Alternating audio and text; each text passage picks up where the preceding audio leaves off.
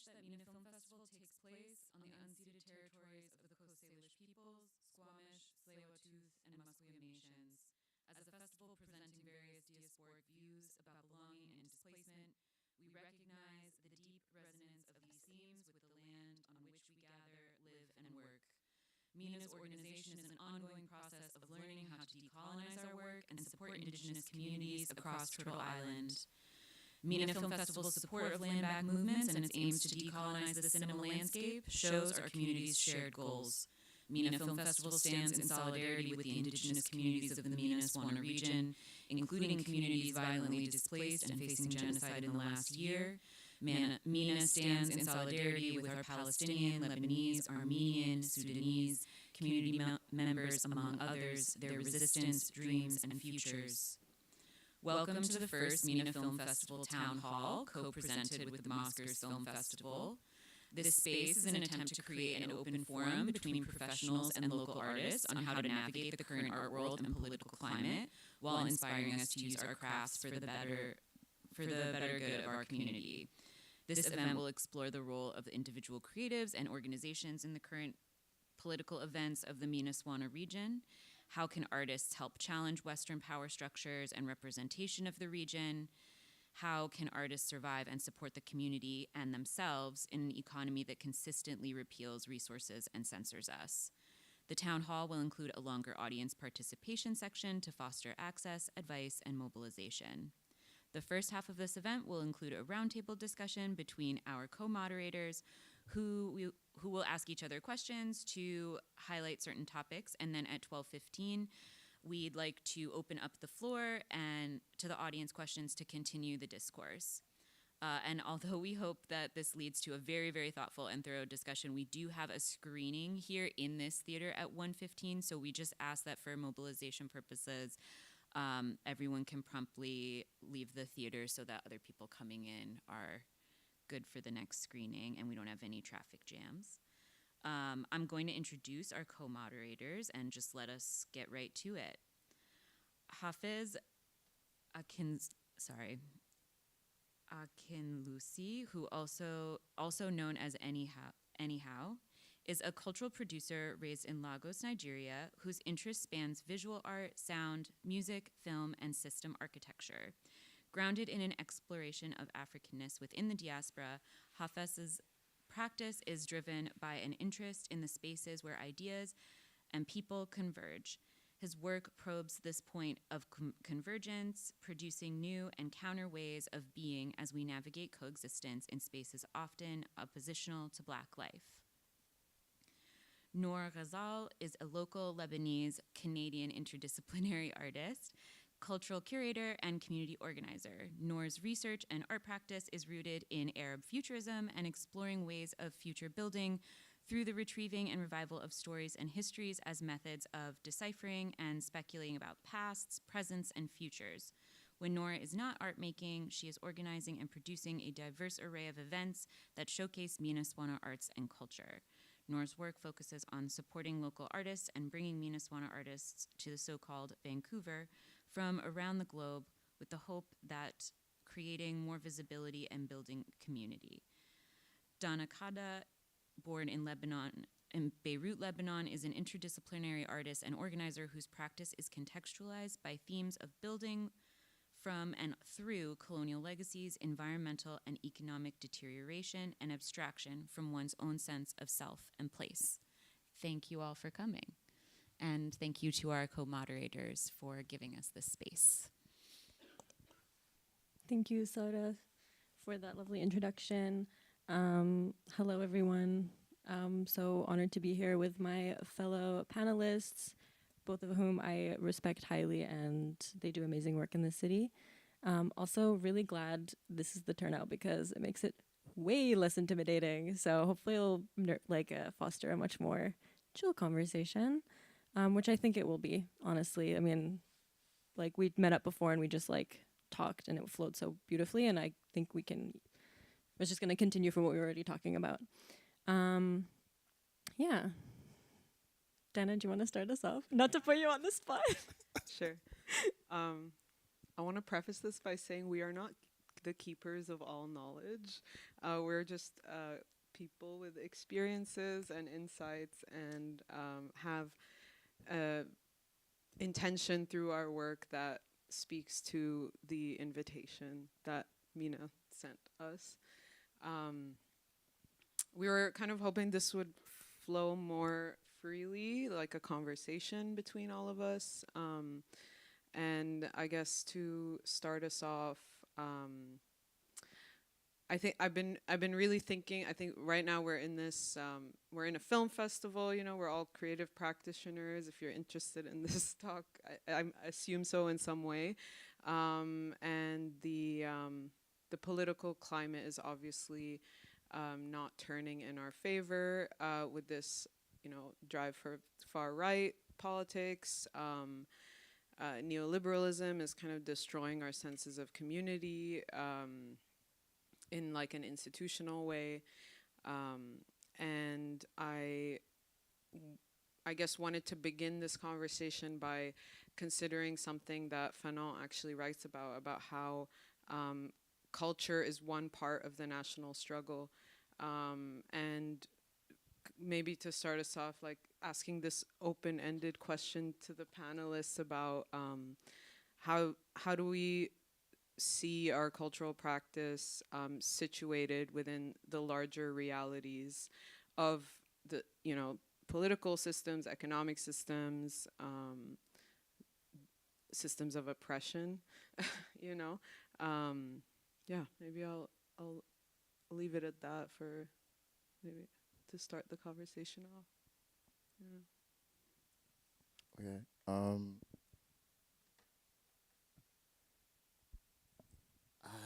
I don't know. Like I feel like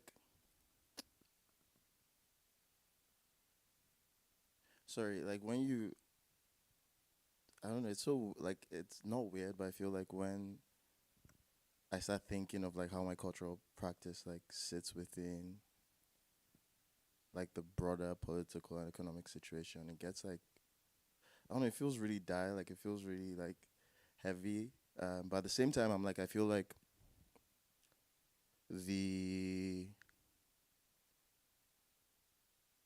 focus or like intensity that is being put towards like kind of like ripping apart like culture and like the creation of culture, the like exploration of culture from people who do not sit within the center, from like black and brown people, kind of like speaks to like how important and like how crucial like culture is.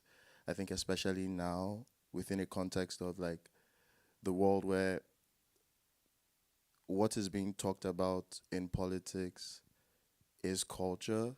Like that is kind of the scapegoat, like the reason why like the right wing, like the Trump of it all, the Pierre Bon, I don't know his full name, of it all, is like based on this like idea of like culture, like why culture is being like displaced and like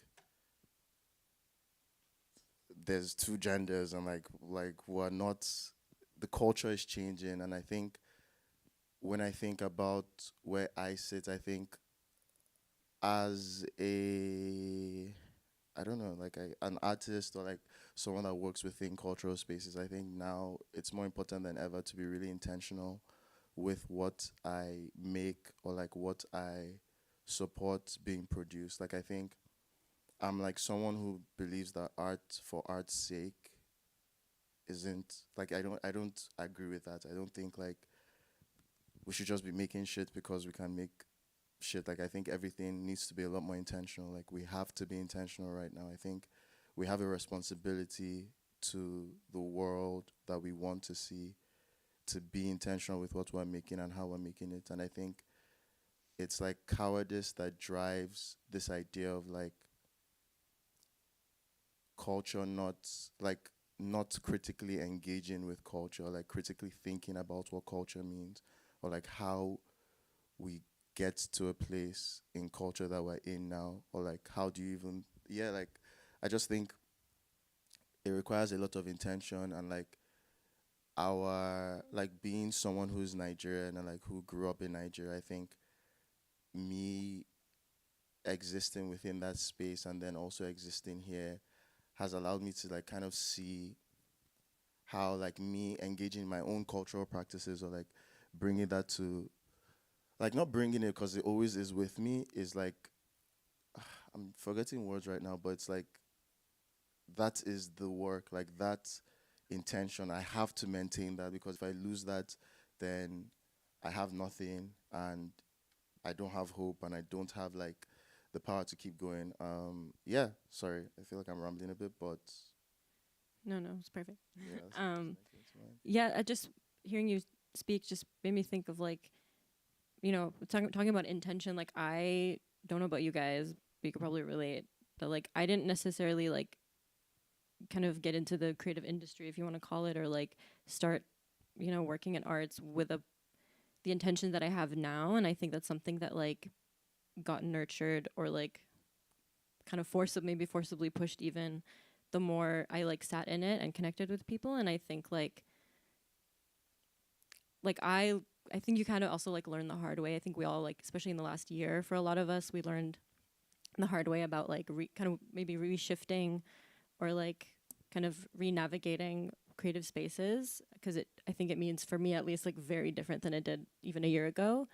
Although there's like you were saying, like there's always something that's been a part of me that I always carried through my art practice and or like my event curation or whatever cultural production.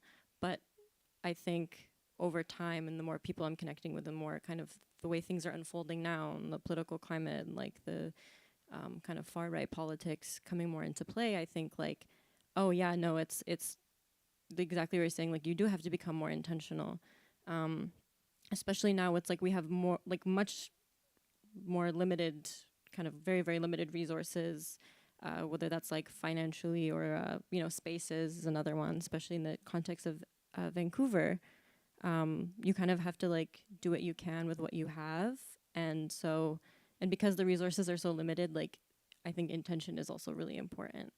And it also goes into like, we're not really like given the spaces, we have to create them ourselves. And I think this is like my question, I suppose, for you guys is like, how does space look like for you?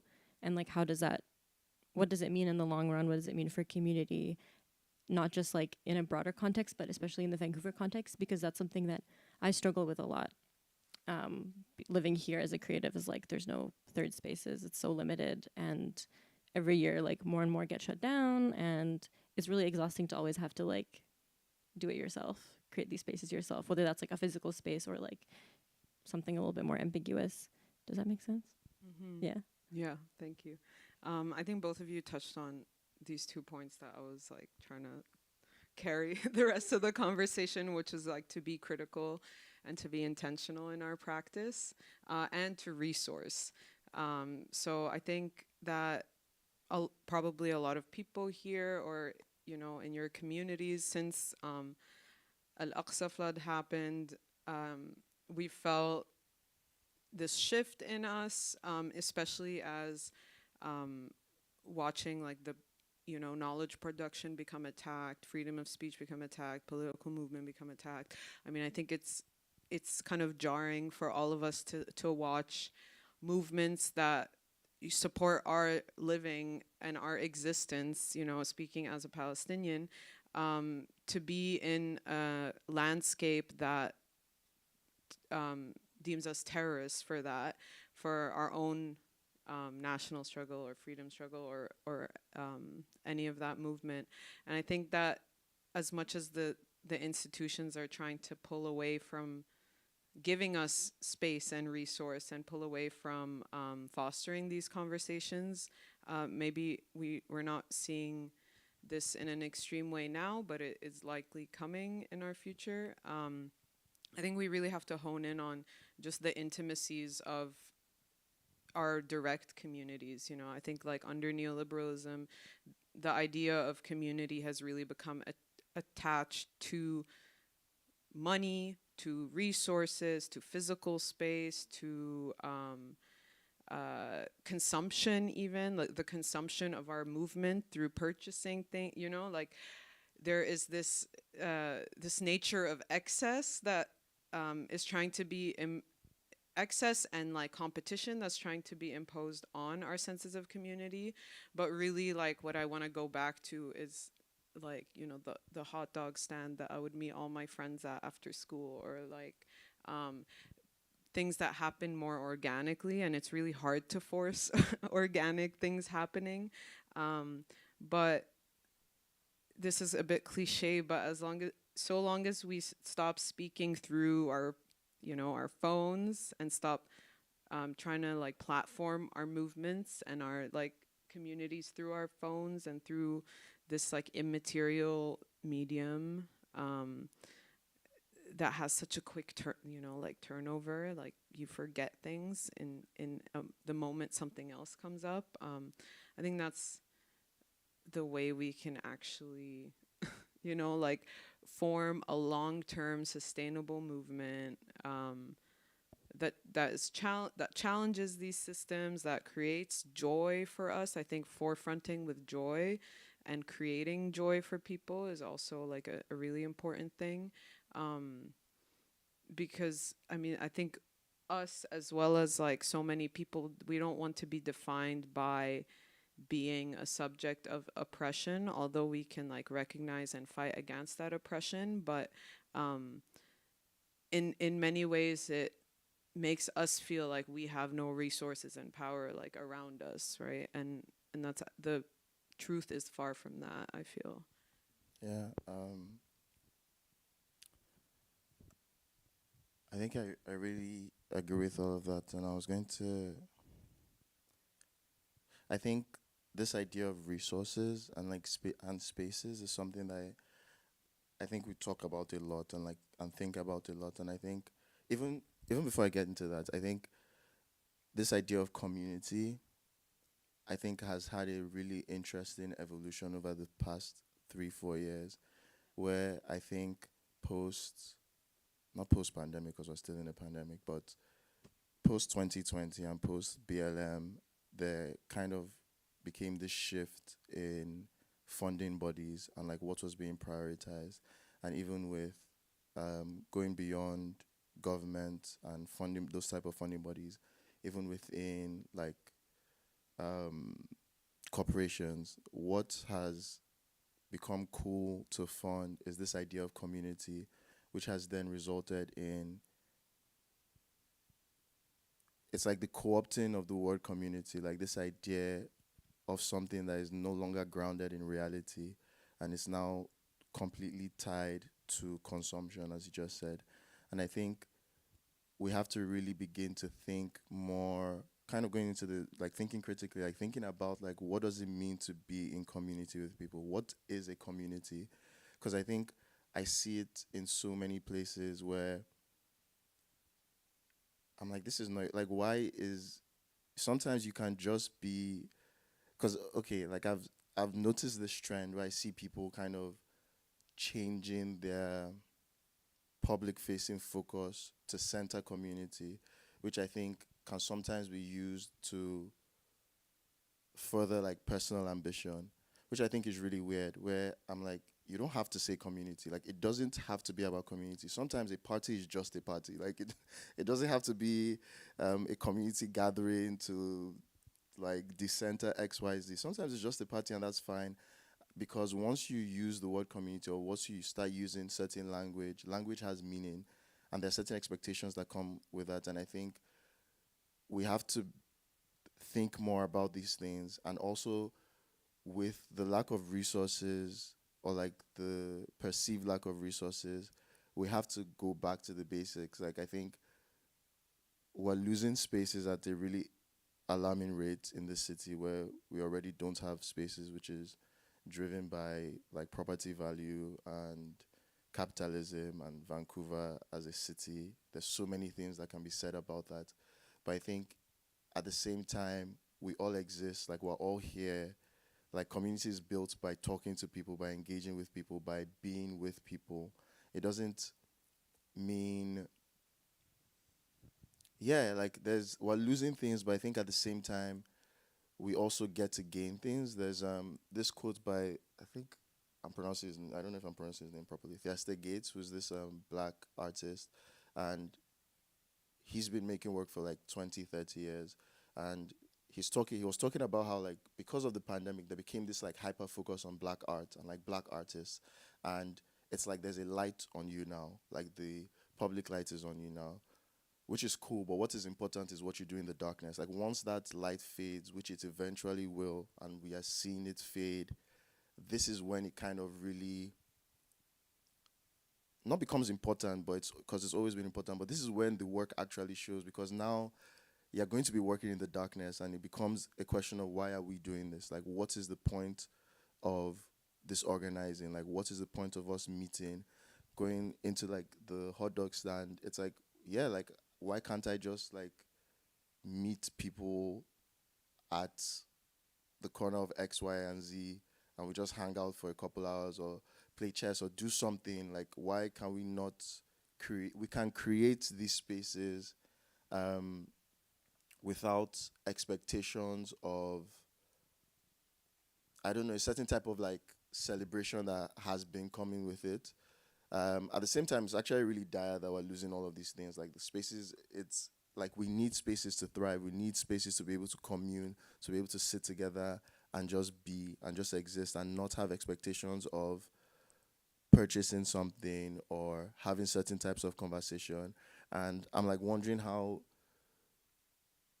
because you in your both of your work like deals with like futurity to a very like significant degree, and I'm like wondering how you guys see the future, or like what you think, where do you think we're going, and you know like from this point on, like what do you think comes next, which I think is a really broad question, but No, I mean, you asked the right people, like you said, because that is a big topic that we touch on in different ways.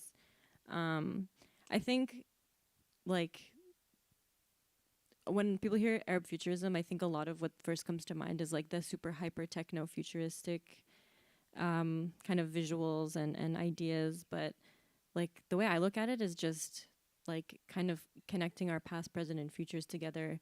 That's not about like relying on structures, on technology, on all of these things, but relying on people and like stories and things we carry with us and things we share amongst each other.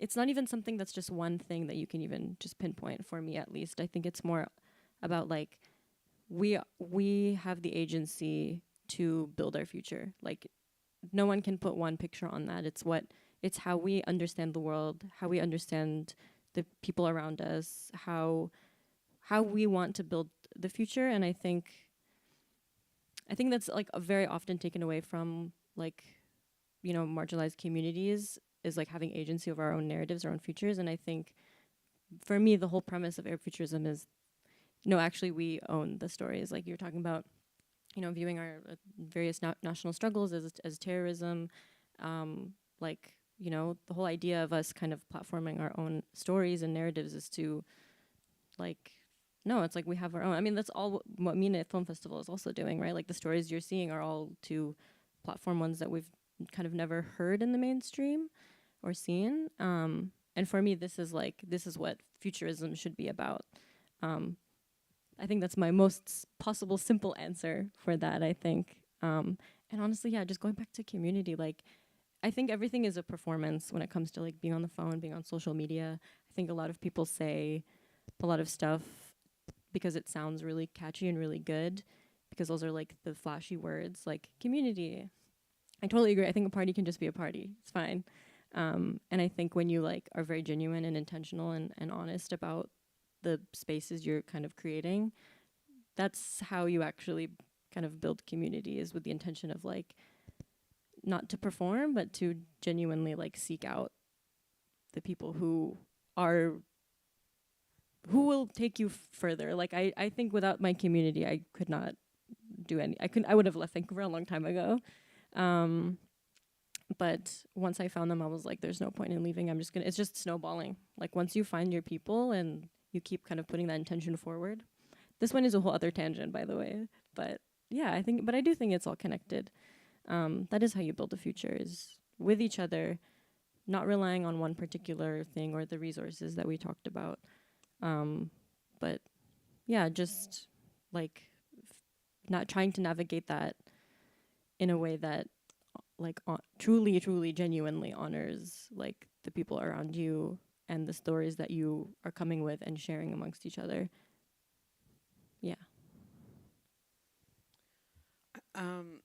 I think Vancouver's an especially difficult place to imagine alterity, and there's many reasons for that, and I don't know if I necessarily want to go into a whole spiel about, like, you know, the way that, you know, the way we talk about community is grant speak, you know, like we're not talking about, you know, my sister over here, and like she is I don't know, a colleague, a community member, you know what I'm like, and I actually really appreciate some granting bodies, instead of writing an application, they'll invite you into a room to have a conversation about your project, right? And at the moment, I work at 221A, who has like a research and development arc, and I work in the anti-racism program. And what that, it sounds very abstract, but what that tries to do is we're actually building data-based research and then building policies from that research to combat racial inequities in BC's art landscape. And I think for me, the future is strategic. Like, we have to be really, you know, talking about intention, talking about criticality, talking about integrity even, like when the spotlight is on us. And as a Palestinian, I've really witnessed this wave of all of a sudden people are interested, but then when you present something that challenges any sense of equilibrium, that becomes a problem, and then you become a voice that is not necessarily that doesn't necessarily pose no liabilities. You know, you become a liability, and oftentimes, like, even in conversations of like conflict resolution and stuff, oftentimes like the person who points out the problem becomes the problem. So I think that the past year in the arts and in the creative scenes, we've really witnessed how the people who stay in their lane, who kind of regurgitate, you know, the discourse that galleries thrive off of, they receive their funding off of, they spend, like we were talking about this, they spend $30,000 on an exhibition off of, you know, but what happens when you actually like, you know, instead of performing this like alignment with political thought, to actually let that political thought change your institution, you know, change the gallery. Like we were talking about, like what the gallery spaces do right now. And I think that, like, I'm going to the past a little bit, but like the conception of gallery spaces, like at its nature, truly comes from like spaces of like religious practice, you know, and those spaces for so long were like, would foster conversations, would foster, you know, thought production, would foster like difficult but also meaningful dialogue. And I think the future of art is really, I think that art right now is going to be so challenged and has been so challenged by the last year, that it almost feels like we can't even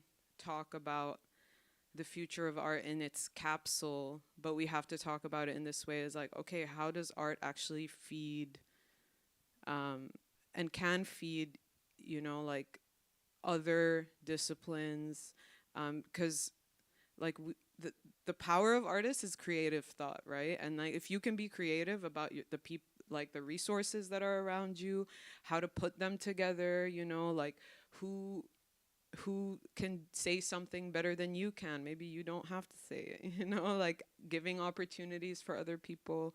I think it's kind of going back to what you said, the future is really about decentering ourselves and like our own financial gain, personal gain, and all of that from that relationship to like political activism, you know. I just want to, well, what you said about like kind of galleries is something that I feel like I've been thinking about a lot, and I think right now it's like really interesting because I work at the Black Art Center and we're a gallery, but we don't, I think, exist in the way like most galleries exist in. Like a lot of things happen in that space that have nothing to do with like the traditional notion of being a gallery. Like we have therapy that happens in that space every week, and it's like I look at spaces in Vancouver, and I'm like, cause I didn't start within the art world. Like I was in economics, and it was a very different space.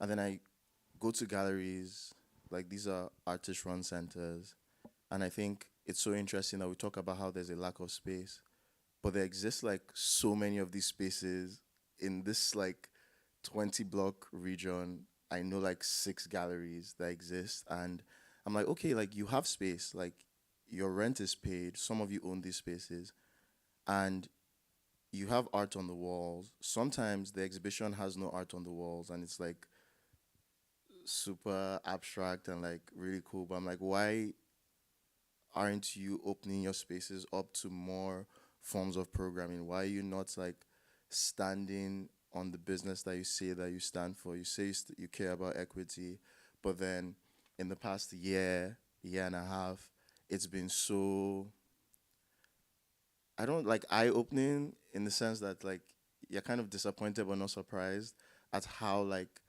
these institutions have responded to like the genocide in Palestine, have responded to what is going on in Sudan, what is going on in Lebanon. Like it's like you are able to like profit off of this idea of like,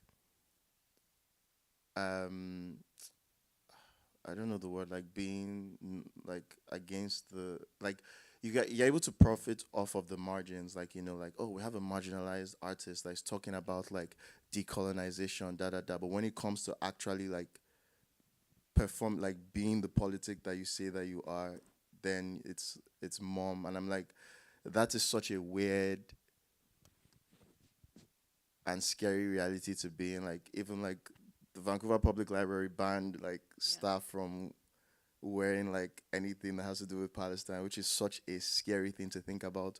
But then we don't talk about these things, you know. It's like we're existing in spaces where the whole point of this space is to like question and be critical of the ills of society, but then we're just doing the same thing. At least like if you're working in like tech, no one is under like some false notion of we care about the world. You know, it's like, yeah, we're just here to do this. But you go to these spaces and it's like, oh, this is really sometimes really weird. And I just wanted to bring that up. I don't have a question or anything about that. It's just something that I really have been trying to think about more, and like how we can better, I guess, like take advantage of these spaces or like ask more from these spaces. Yeah. No, I think that's a really, really, really good point to bring up, because I'm someone that kind of like has a foot, like I do a lot of like grassroots kind of, if you want to call it, like grassroots work, community oriented work, like, you know, from the people by the people, like that's, you know, as much as I can. But I also try to like work, like I'm chairing a advisory committee for the city of Vancouver, which they're also trying to like slash all of those civic agencies, all of those, like, these are people, like, we're not getting paid for this. Like, we're here because we care, and we actually have, we're in the building in City Hall having some say as much as we, you know, like to think. And I think that's been, like you're saying, like with the galleries, like there are some galleries I was like, oh, wow, okay, you're like featuring Indigenous artists, like local Indigenous artists, but when it comes to speaking up about what's happening in Gaza and Palestine, nothing. And for me, I was like, okay, I see. Like, it's what you're saying, like, disappointed but not surprised. And it's such a shame how many spaces exist, like you were saying, that just, like, essentially empty. And it's almost like it goes back into a lot of the idea of, like, what the gallery is, especially in the West, of, like, for a certain gaze, for a certain demographic, and there's this performance of like, oh, we're featuring XYZ and doing this type of programming, that is actually not about bringing the people in. Like, the programming is displaying the people you were talking about, but where are the people? And so yeah, it's like whatever of these, like, kind of, call them resources. Like, I think you're so right. We should 100% keep pushing that. I think that's what we started seeing a lot more in the last like few years, especially this last year. And I think now is the time to like really, really, really put that pressure on of like, yeah, like these spaces do exist. They're just like not for the right people, not for the people that should be in the spaces. And like, yeah, like another thing is like I'm doing consulting for Vancouver Foundation on granting systems that we had to go back and tell them like, no, the granting system in and of itself is wrong, is like messed up. We need to focus on that. It's not just, okay, let's help you write a grant. It's no, like how is this grant happening? Like for who, how is it actually sustainable? Like all of these different things. And I think, yeah, it's like when you actually bring the people in, you get pleasantly, or I guess maybe not so pleasantly, surprised by like the feedback you get, because it might be the first time some of these institutions have ever actually like listened to like what the people that they're supposedly helping have to say. Also not a question, just like had so many thoughts when you were speaking, but yeah, I don't know, Dan, if you have anything to add to that. Well, I'm just like riffing off of this idea of resourcing and such, because I think it's a very important conversation for all of us. I think the kind of like Achilles heel of Canadian arts is that it's so tied to public funding, and that creates a lot of restrictions. So in many ways, you know, like I can even say myself, like I've fed into the system that, you know, like is constant, you know, like because I needed to pay myself as an artist and get my projects done and all of that. I think a lot actually, and it's a bit of a, what is it, like a big dream, a naive dream a little bit, but I think a lot about like philanthropy and about like how, you know, like we know, for example, like we know from firsthand experience, from like reading articles and such, we know how much like Zionism is tied to so many institutions funding here, you know, like we are watching offices and departments of like universities get shut down. We're watching like political censorship, like censorship of our what we wear, you know, like in a place like that kind of like represents itself as this beacon of freedom and self-expression and such. And I think a lot about you know, like who are the people we know who care about what we're doing and what we're thinking, who are not who are generous as well. You know, a lot of it comes down to like mutual fundraising, you know, like I think mutual aid has been such a big tool for the movement as well, to just like collectivize our resource building through these like gestures that are of generosity and such. And in some ways, like, okay, we can say that this, like, you know, we're, you know, money is capitalism, it's attached to oppression and such. And at the same time, I think of like, I don't know how like Kickstarter, when it started, it was like people with ideas, and then if you were into the idea and you wanted to see that thing made in the world, then you would fund it. You know, you would give like $20 for it or something. And I think a lot about like how even in these ways, like we need to be creative to like actually function outside of the system, you know, like not having to disclose all of our like personal background, you know, not having to like kind of like create objects, like political objects of ourselves, just so that we could like survive and live, you know. And I'm not someone who has like an endless amount of resources to pull from at all, actually. But, you know, like I feel like going the extra mile to make it work in a way that you can stand true to your politics, you can stand true to your beliefs, you know, like if a big opportunity presents itself to you, like, you don't have to say yes if it doesn't sit right. Like, you don't have to say yes if they're trying to change your ideas, you know. Like, I think I've experienced this quite a bit in the last year, where like people, you know, with the spotlight, come up to me, be like, we want you to do something, we want something for you to do, and I'll be like, okay, how about we do this? And they're like, actually, what if you did that? And I'm like, well, this completely like defeats the purpose of, you know, like, you know, platforming what I want to platform. And like, I was struggling, and I still rejected those opportunities, because I think now more than ever, it's so important to not be passive, and to not say like, sure, you know what, it's fine, I'll just do this thing, you know. Like, I think we really need commitments to like economic commitments to BDS, intellectual commitments to PACB, and not just like saying those things, but actually practicing them. Uh, Being creative with how you can create space for communities that need it. Like you say, like, you know, hosting therapy once a week at Black Arts Center. Like, yeah, I mean, galleries are spaces of culture, and I feel like culture is so important for people to therapize themselves, you know, and especially in collectivity. So, yeah, I don't know, just like going off a little bit. No, that's 100% agree, by the way. Like, I think, like, when we go back to talking about intention, like, that is exactly, like, I think, like I was saying, like, now's the time to put pressure and to really push back and, like you said, not be passive. But yeah, I have nothing else to add, I guess. I think also we have, unless Hafiz, go ahead. Oh, sorry.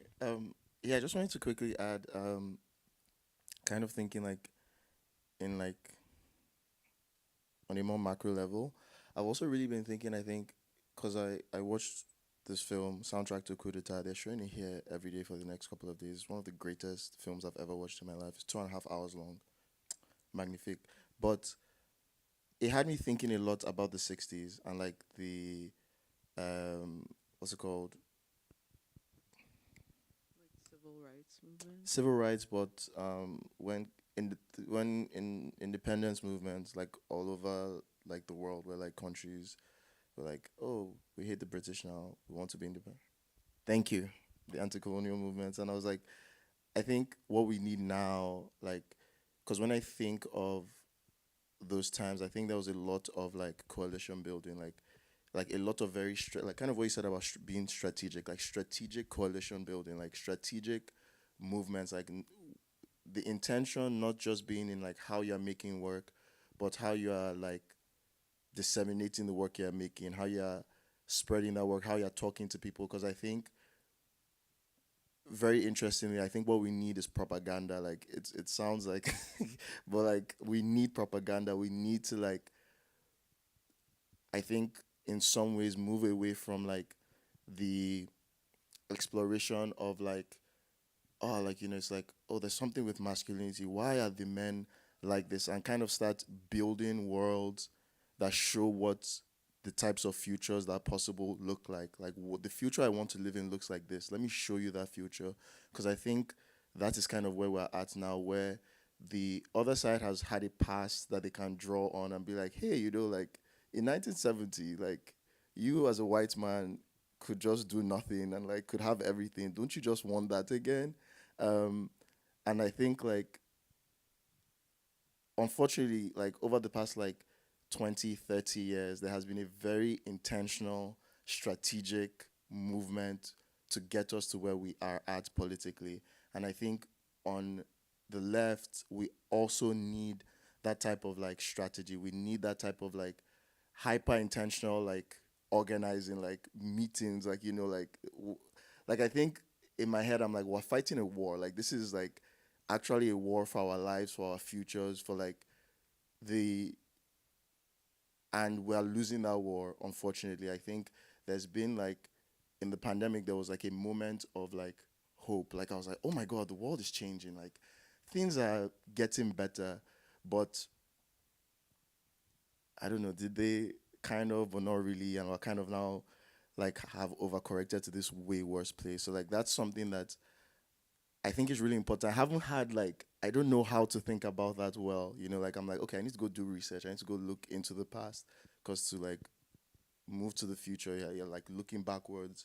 And I think there's something really important there that I think we need to tap into a lot more intentionally, and be okay with like making certain types of concessions, which I also feel weird saying, because I'm like, oh, I'm in a position where I have the privilege to make certain concessions that like people who are like more like that are super visibly queer, or like are trans or are women, cannot make. Like, you know, it's like there's a safety thing there. But I think, yeah, like this is just something that I want to put out there, and like if anyone has thoughts on that, let's talk. Or if you all have thoughts on that, yeah, like it's necessary, I think. 100%. I think it's actually probably then a good time to like, we can pass that off to the rest of the people out there. If you guys have any questions, and then, yeah. I don't know how it's, is there someone with a mic? Okay, yeah. Woo, thank you, volunteer.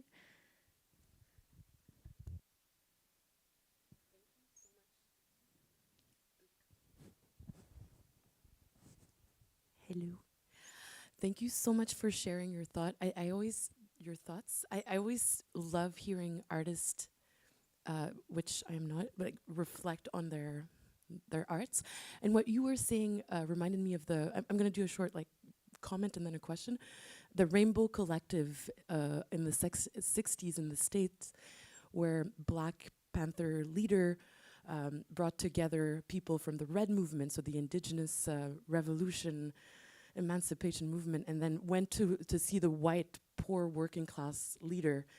And they started this breakfast club for kids, and they built an alliance because and it was so beautiful to see like the Black Panther leader with this white guy and saying like, we're all being screwed over. And that guy, I don't remember his name, but he got assassinated by the CIA. Like, this is public record. So yeah, it really feels like now is the time to maybe look at the past and bring it to the present. My question is about how do you protect your practice from shifting to something that is maybe, it's hard to formulate, but like, because I feel like if you create things, you don't necessarily want it to be political or instrumentalized. Like, you want to express yourself. So how do you reconcile your role as an artist, expressing whatever you want to express, but also be conscious of what your voice is as an artist, politically? I feel like I'm still figuring that out, because I just graduated from art school like a few months ago, 6 months ago or so. Still figuring that out. I think like when you're in those particular spaces and like the role of an artist, like it's kind of like, yeah, you just kind of do whatever you experiment, you speak from the heart. And then the last year of art school was terrible because I had a realization that like, no, my life affects my art like more than I ever thought. My politics steer everything. I actually would rather go out and mobilize, organize than sit in the studio and make something. Which I think also a lot of my professors had to reconcile with, was like, yeah, you preach about all of these things in the art practice in the art world, but the reality is like actually out there. So that was something that I think was a huge kind of like I got the fire lit under my ass and was like, oh, okay, I gotta literally get out of the studio, and figure that out, because you know it in theory, but when it actually happens in practice, you're like, this whole like, I think maybe Hafiz in the beginning was talking about like, you know, the idea of like separating art. I'm not sure if we like believe in separating the art from life, but I think like, yeah, I always worked with that concept, but like when you actually have to deal with that, you're like, oh shit, you're like, oh, okay. And I don't have an answer, so maybe they have something more fruitful for you, but something that I still struggle with. So yeah. I think being an artist, quote unquote, is something very new to me. I didn't go to art school. Like, I still find it weird calling myself an artist. But I think how I do that is I think everything is political. Like, I think I studied economics, and studying economics and like understanding like even the propaganda of like the degree I have, and like how certain things were like pushed or not pushed, like kind of made me sit with certain realizations. And I think looking at art from the outside, also helped me like situate myself like more easily, because I think every single thing is political. I think this chair is political. I think the way we are seated here is political, like, and I think how I do that is like being aware that everything is political, and then also kind of, it's a bit easy. I just lean on people. Like, I think I lean on people that are more, I don't use the word marginalized. Like, I'm thinking like people whose existence requires more courage than mine. Like, like I have a lot of friends who, like, I'm like a cishet like guy. Like, I'm black, but like, yeah, like I lean on like the black woman in my life. Like, it's like if I'm making something, I'm like, what do you think? Like, is this, and like a lot of the time it's like, oh, this is cool, but then sometimes like someone is going to tell you like, maybe you should think about this a bit more. And then reading, like I read, like I've reading a lot more. I just read from the lens of people whose lives require more courage than mine, and just it's like it's so simple. Like, wow. Like, again, going back to decentering yourself kind of in everything, right? Oh, it's my turn. Go ahead. Yeah. Can you state your question in one sentence again? Just because I feel I don't want to like misspeak. I also totally lost the plot at some point, by the way. I just word vomited Is it- whatever came out. Is it about like how do you reconcile your art practice with your political existence, or? Well, do you see a difference? Mm. And if so, how do you reconcile it? But it maybe if like what you said, you don't see one. So Right. I think that I do and I don't. I think it depends on the context. I think sometimes for me it's very important for art to not stay in its bubble. It's really easy for art to do that, and a lot of times you can like witness that in like art speak, just like the way people talk about the way they make and the way they do their ideas and stuff, and sometimes I'm doing it myself and I'm like, what the hell am I talking about? Like how the hell did I get here?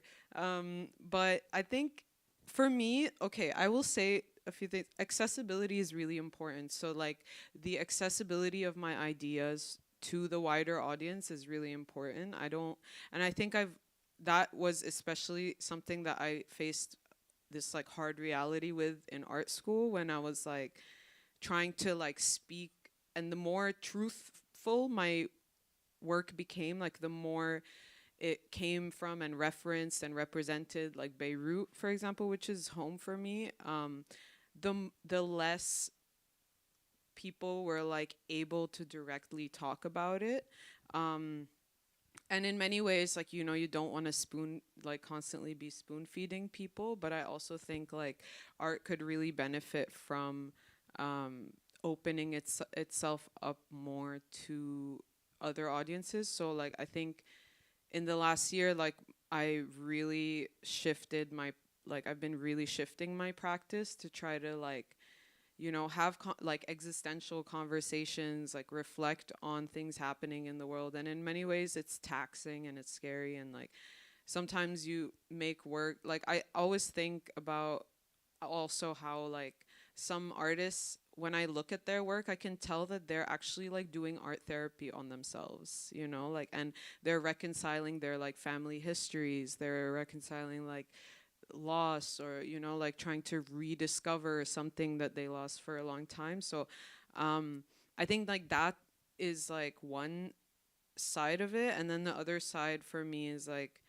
okay, like how can I engage a conversation that is bigger than me, and how can I just be like the vessel through which like these ideas can get communicated, because we all have like interests and like fixations and whatever, but it's important for me to not be like exclusive about it with myself, and to engage like public programming. Even like I organize a lot of like programs that challenge like pedagogical frameworks that we're so used to. So like community building through that way, and that I consider that in my practice like as well. So also like diversifying from you know, like just output and like output aesthetic, you know, like, but also thinking like, okay, ideas. Because right now, like, I think this is like a art history kind of fact where like since the 80s, it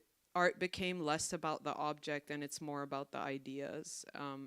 And that's why I stayed in this field. I think a lot of people with the challenges that are coming up are like dropping out of art because it's just taxing, it's financially not worth it and everything. But I think a lot of us also thrive in the ability to like engage so many forms. Like, you know, like you make like cyanotype, you also community organize, like you do music, but then you're also like an economist, you know, you run Black Arts Center. Like, it's just, I think it's like, yeah, being like really thinking about what your skills are and how you can like do things outside of the studio and the gallery. Because I don't know, like I always had this thing against like people who are like in the studio just making their thing, not talking to anyone, not getting any feedback, and then they put it out there and they're like not open to, you know, like criticisms or feedback or anything. Like, I had the exact same experience, by the way, with the I think people not having the vocabulary to talk about my work at some point. That's what I was talking about my last year, and so I just want to say it was extremely validating. Like, that was the thing that was like, oh, I see. Okay, that's when I brought more of my real life into the gallery. I realized, like, okay, who am I making this art for? Because what I was doing before was for my peers, for my professors. Now I was like, oh, I'm making it more for me and reconciling kind of the stuff that I'm experiencing, that I'm witnessing, and bringing like the outside in. And I think once you like realize like kind of where the gaze is coming from, then that shifts. But yeah, maybe we should move on to other questions. We have time for other people. But is there another? Oh yes, over there.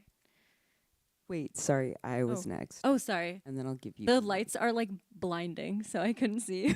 star. As you guys were talking, I was kind of like connecting the dots a little bit between points y'all were touching on earlier and something that Hafiz said about propaganda, like needing propaganda for our movements. I find that art spaces are kind of like that vessel for that propaganda to happen. And when you guys are talking about, I mean, Dana, you kind of spoke to, I think, that point that Anais asked very well, where you're talking about the potential of the art beyond just the art or beyond just the four walls of, you know, a space. I forgot what my point was, but I think art being the propaganda, in a way, it can be something that I think I was thinking about this as you were speaking, because something about your art that I've noticed, because, you know, I'm a fan of all three of you. Habibi. Yeah. Something that your art always does is I feel like you find something small in in like your culture, your lived experience. And it's just like this thread that you pull, and it just kind of unravels like this entire kind of phenomenon of like life, of culture, of land. Like, it's so deep. Like, you'll find like a little speck and you'll just zoom in. I find that a lot with your art. And when you guys were talking about decentering yourselves, I was curious to hear any thoughts y'all had on that kind of dichotomy between self, you know, because culture and our personal histories and our land and everything, they're so deep, they're so rich, they're so healing, because they're so embedded in love, because it's been, you know, iterated over so long that it has turned into this like cultural love kind of like big hug. It's like a big hug. Our food, everything, you know, because our histories are so rich.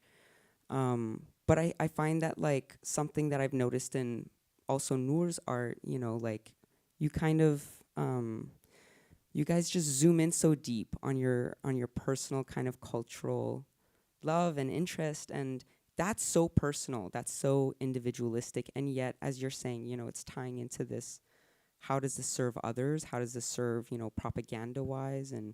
But yeah, I'm interested to hear about your guys' relationship to that kind of like self, that very intimate, you know, explorations. And I think you already talked about it. That was my point. You just kind of, I just wanted to say that. No shade.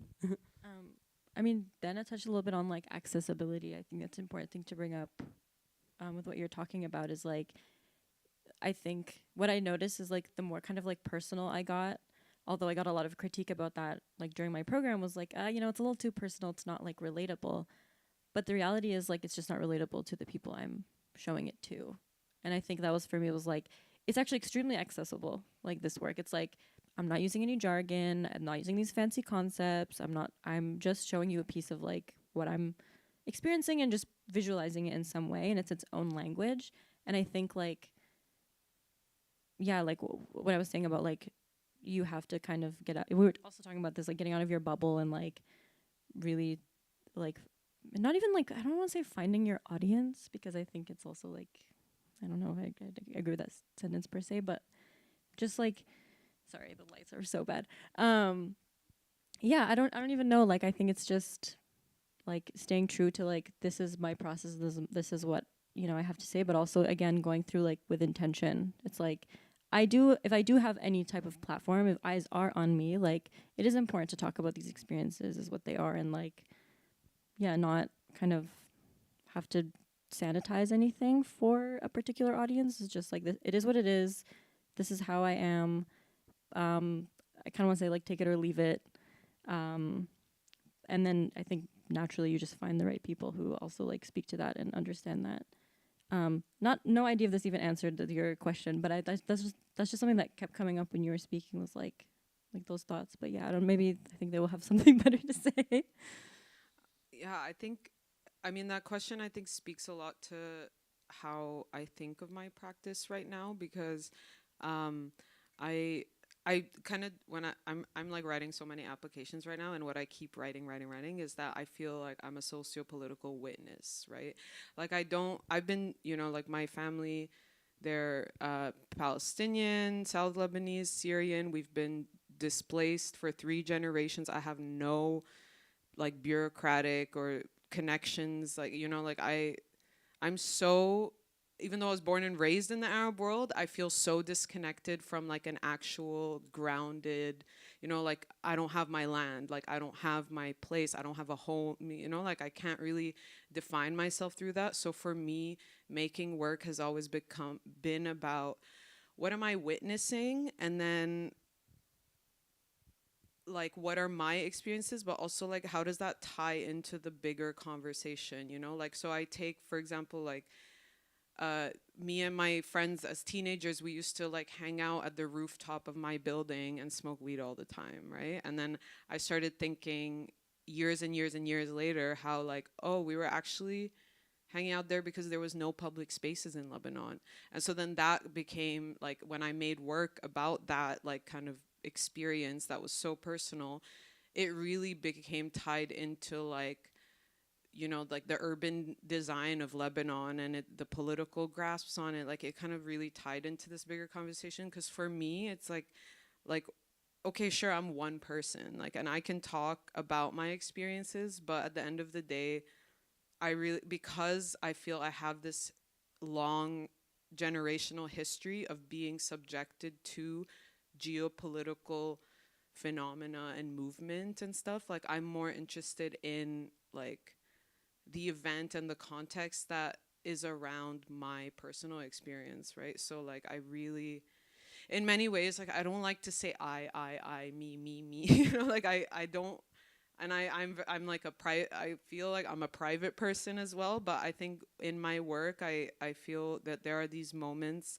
that draw so much like intimacy, and I like to tap into that as well, as like the intimacy of these experiences within these larger like global structures. And I think this ties into what we're all speaking about right now, is like, okay, let's focus on the intimacies of like building this up, and then like that's how we will reflect on, you know, the rise of fascism in the 21st century. Like art, at the end of the day, like people study history through art, you know, like it really has that like power of like knowledge holding. So I think for me, I'm like, oh, like my story is my story, but it's part of, because I feel, yeah, the story is like so not about me, you know, it's about like all these other things. I mean, Yeah. it sounds so cheesy, but I feel like when you say like, oh, we're a lot more connected than we think we are, like that's exactly like what you're talking about. I'm like, yeah, like, yeah, it's very intimate, but everyone can find some type of way to relate. And I think it's exactly when you kind of like get out of the bubble we were talking about. It's like, no, it's actually like we could talk about something bigger, whether that's like, and again, like everything is political. We talk about something much, much bigger in the geopolitical sense. It's not just about art anymore. So like, And I just want to say, like, I feel this thing about every conversation, we start at the ABCs, you know, like, especially when we talk about Palestine, we're talking about the Arab world, when you're talking about Nigeria, like, it's so at the ABCs. Like, we come into the space and we have to explain, yeah, you know, like, I'm originally Palestinian, but, you know, we got kicked out, so we went to Lebanon and then Kuwait. So my mom, like, is really rooted in Kuwait, like, my family. Like, I don't want to have to explain that story all the time, right? And I think that's the important thing about, like, forming these connections is, like, when I met Noor, like, we just got it. You know, like, we just got each other's context, and I think that made this like motivation to build coalitions, to build activism and stuff like so much nicer, because I was like, oh, I don't have to begin at the ABCs all the time. Like, we can actually just talk about the geopolitical state of our people, you know, like, yeah.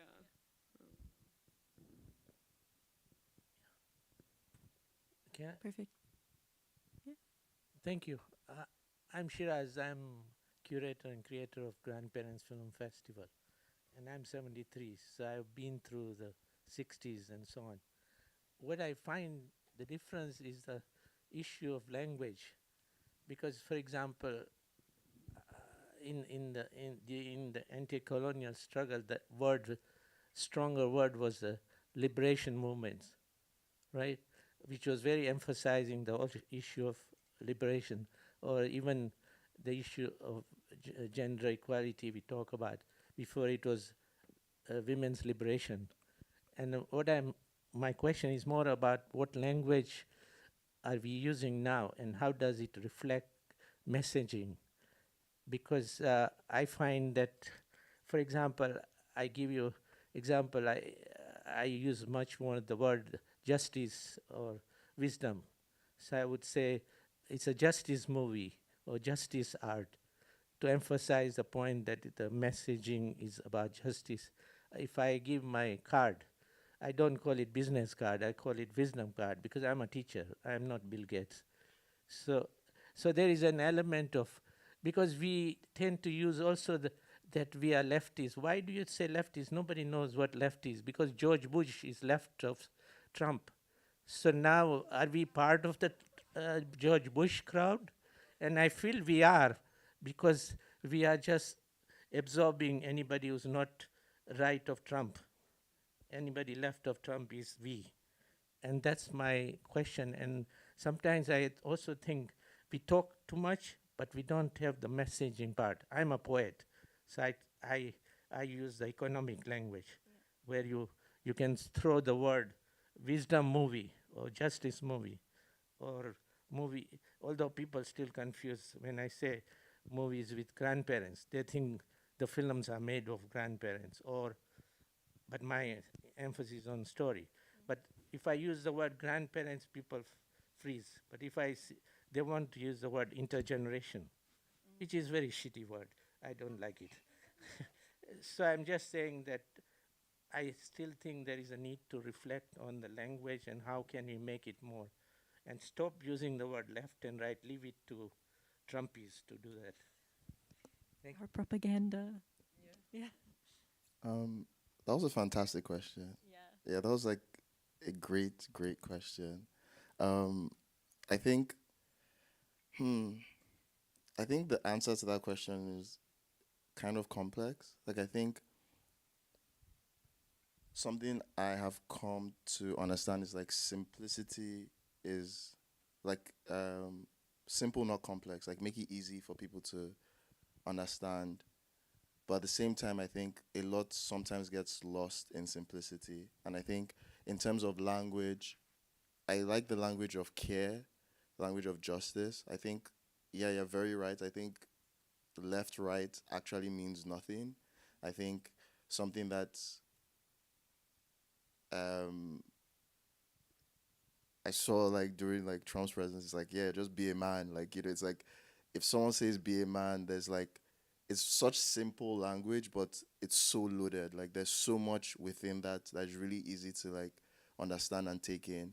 And I think for me, thinking of the language now, I don't know, like I don't know the answer to that question because I think like there's so many layers to that. I think like even the means of communication that we have now are so like I don't know, is it like multi-pronged? The enemy is not one person. Like there isn't one enemy. I think like the liberation movement had the benefit of you know your enemy clearly. Like it's like we are colonized. Like they have control of us, of our economy directly.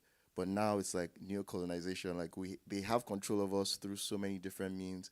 And I think, yeah, I think that's something to think about. Is like how do we simplify that language? Like how do we make it very clear and impactful? How do you understand what I am saying without me having to use words that people do not understand? Like if I have to start talking about positionality, like it's like who gets that? Who is this for? And I think it goes into what you're talking about with accessibility is what kind of language is accessible. And I think even with language, sometimes it's better to not have words. Like I think like kind of thinking about language is more than it's like about communication. It's like how do we communicate? Like, beyond words, like what can I show you? Which I think sometimes yeah, like films make that like really clear. Like sometimes you don't need to say anything, just show it. But yeah, those are my thoughts on language. And Yeah. oh, sorry, one more thing, pigeonization. That's the word I use or like I'm thinking about. It's like how do we pigeonize everything? There's this book which I carry around that talks about pigeonization, like the idea of like what pigeonization is, which is like the taking in of the reality of like colonization and the output of you taking that in and forming it within yourself and communicating outwardly in a way that makes sense, but it's also like breaking down and constantly changing and it's fluid. So that is where I'm at in my head. I think we were speaking earlier about or maybe like the way I was thinking about your question was in the sense of like we have I'm trying to articulate this in a better way. Dana, do you have anything to add while I try to think about this better? No? Okay. I'm kind of thinking about it in a way of like, oh, it's gonna sound so cheesy, but like why like we like to use the word creative or like artist is just so much easier because we have so much more things to show for it, because I think people get really, really caught up in saying the right thing all the time and saying the right words and trying not to say the wrong thing. But there's not really enough, like, again, like the word, like intention and like work going into it. Like it's all like, the flashy words and like the performance and everything, but like, we want to see the work. And that's like we talk about like language and using the right words. It's I think a lot more like abstract than I think how a lot of people think. Whether that's like again like through film, through art, like art is just happens to be like an incredible way to communicate. I mean, I know within art it can get really complicated, but in general,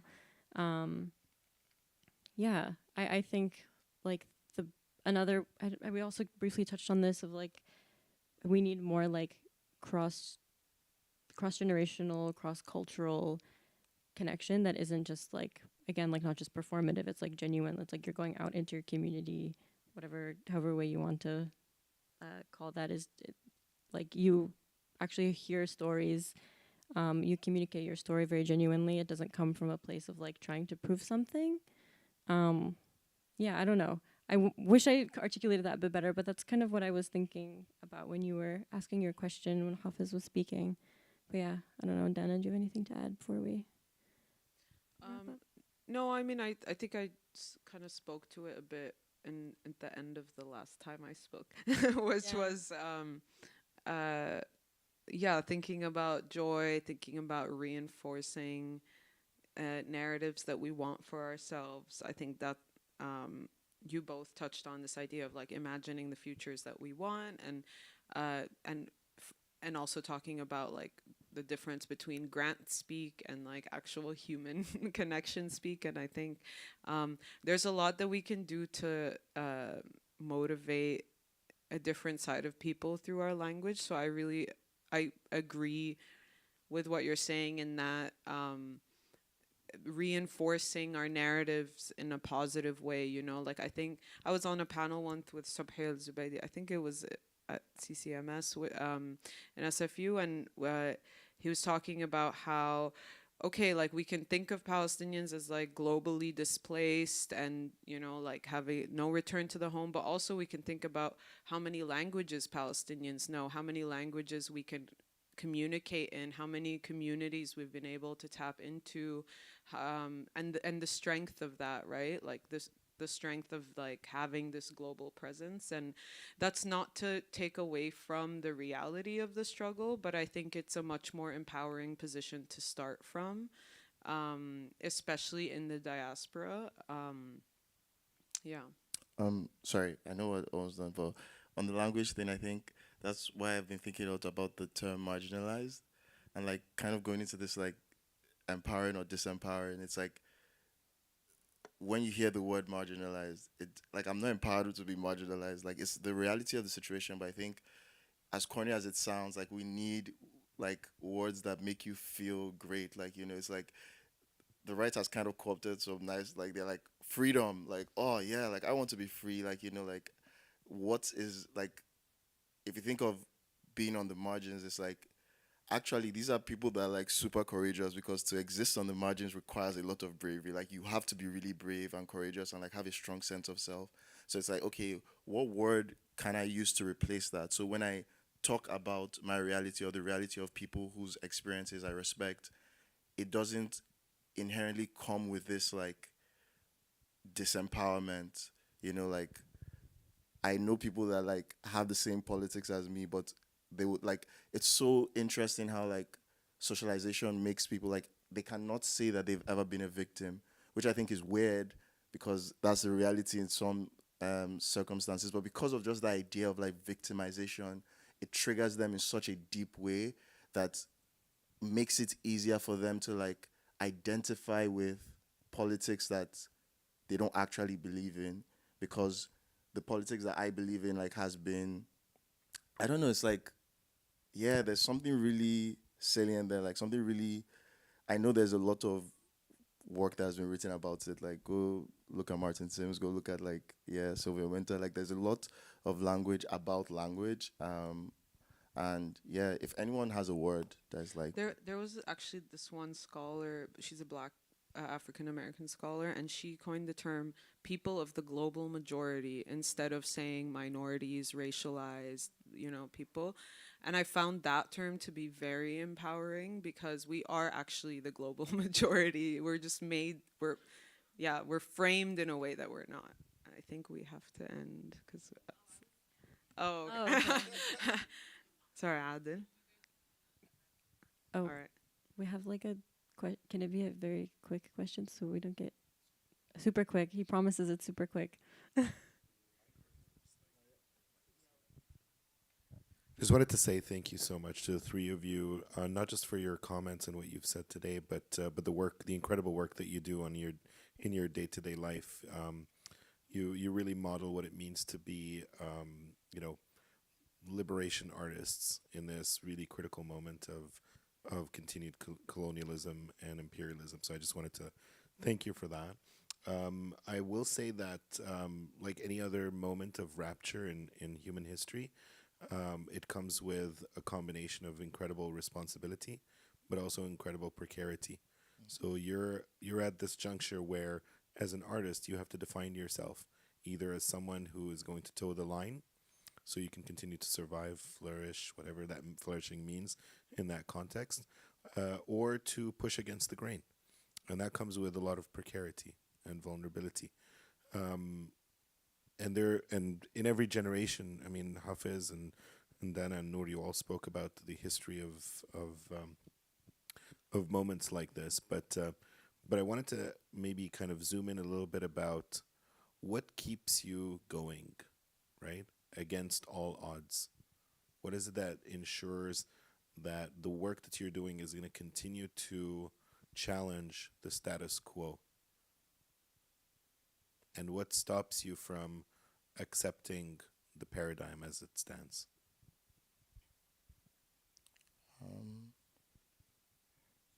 I don't. I think it's survival, and I think, you know,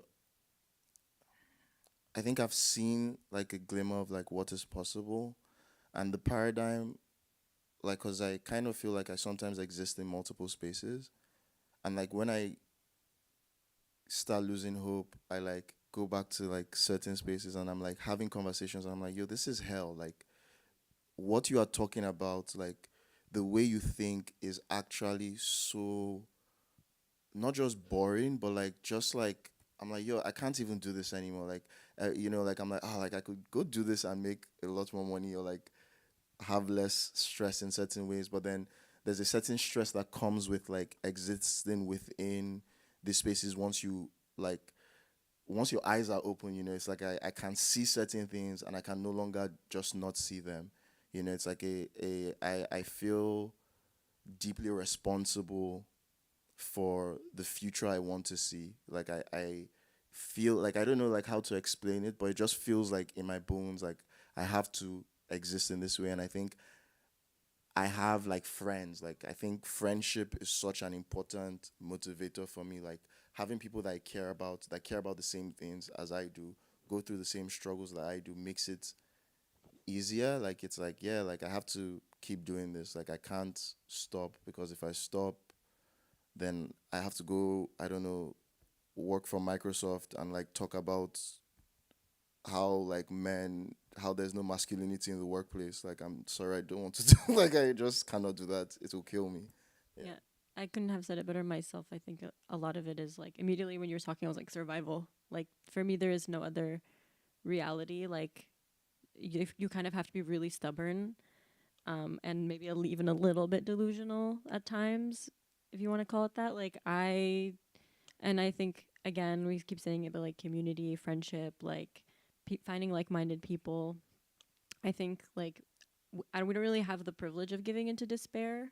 Like I think like sometimes it's really sometimes the easier option is to just like everything sucks. I just want to rot in a cave. I don't want to like do anything. Like what's the point? But I think like you have to find something, even if it's like really small. Like one person who thinks the same way as you, and just like go from there. Like because I think everyone gets to a certain point where it's like, yeah, there's no other option. Like we have to like to survive, to continue. You have to, and you just have to like find that thing and then really really cling on to it desperately. Yeah, I think cling on to it and like be known for it, right? Like to go back to this idea of integrity, like I think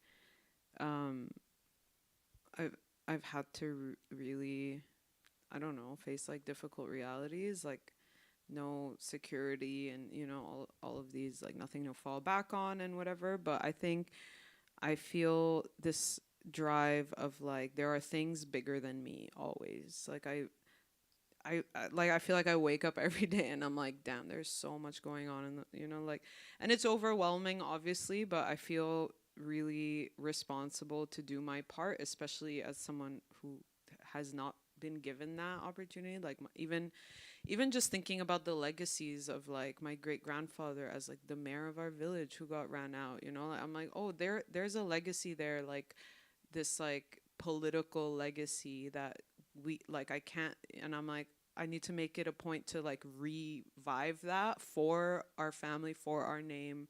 I think yeah, that is really important to me. I think it's like that legacy. Again, looking into your past to like build a future, I think just keeps coming back for me as well when you were talking. Yeah. Yeah, and I don't want my like grandkids to be like, yeah, my granddad was just like Scrolling TikTok, yeah, making like TikToks. I just like, can't do that. And it's like a spiritual practice for me. Like I'm Muslim, and I'm like I always think of like, okay, like on the day of judgment, like God is going to be like, yo, what did you do with like the XYZ years you had on this planet? And I'm like, yeah, like I bought crypto and tried to be a billionaire. Like sick. Like yeah. Yeah. Yeah.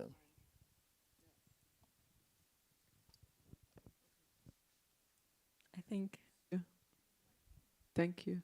Hey, thanks. And yeah, I think the notion of legacy and futurity is a good place to end on. I just wanted to touch on a point which really resonated with what Donna said about coming to these spaces and restarting the conversations and having to like do the whole spiel over again. Because I think we all know it. We've all been there and done it. One of the things that we try to do is at MENA Film Festival is take the conversations out of the theater, out of these colonial and centralized spaces and decolonize it and make it horizontal. So we're really interested in continuing these conversations on an ongoing basis outside of the festival, annual cycle. So we want to work with you. We want to work with the community. One thing that we do is we're really good at this granting industrial complex. So help us take the money from, where it doesn't need to be and put it into the hands of where it needs to be. Come to us if you have ideas how we can activate these spaces, because I think that's one thing that we're really trying to do, and it makes a village to do that. And I think, honestly, culture doesn't start from the top and trickle down. You can't amenify culture. Whenever things get rezoned in Vancouver, they always like amenify it, put a cultural amenity into it. And I'm like, we need to do this from the grassroots up. So come talk to us, please. If you have ideas, if you have ways you want to activate, we're kind of here for you. And I want to thank the amazing panelists. You guys are all great friends, great pillars of our community, and thanks for coming out here. Let's continue the conversation out in the lobby. There's going to be some tea and snacks, and I think there's a screening at 1:30, but yeah, just come and hang out and come talk to us. Thanks so much.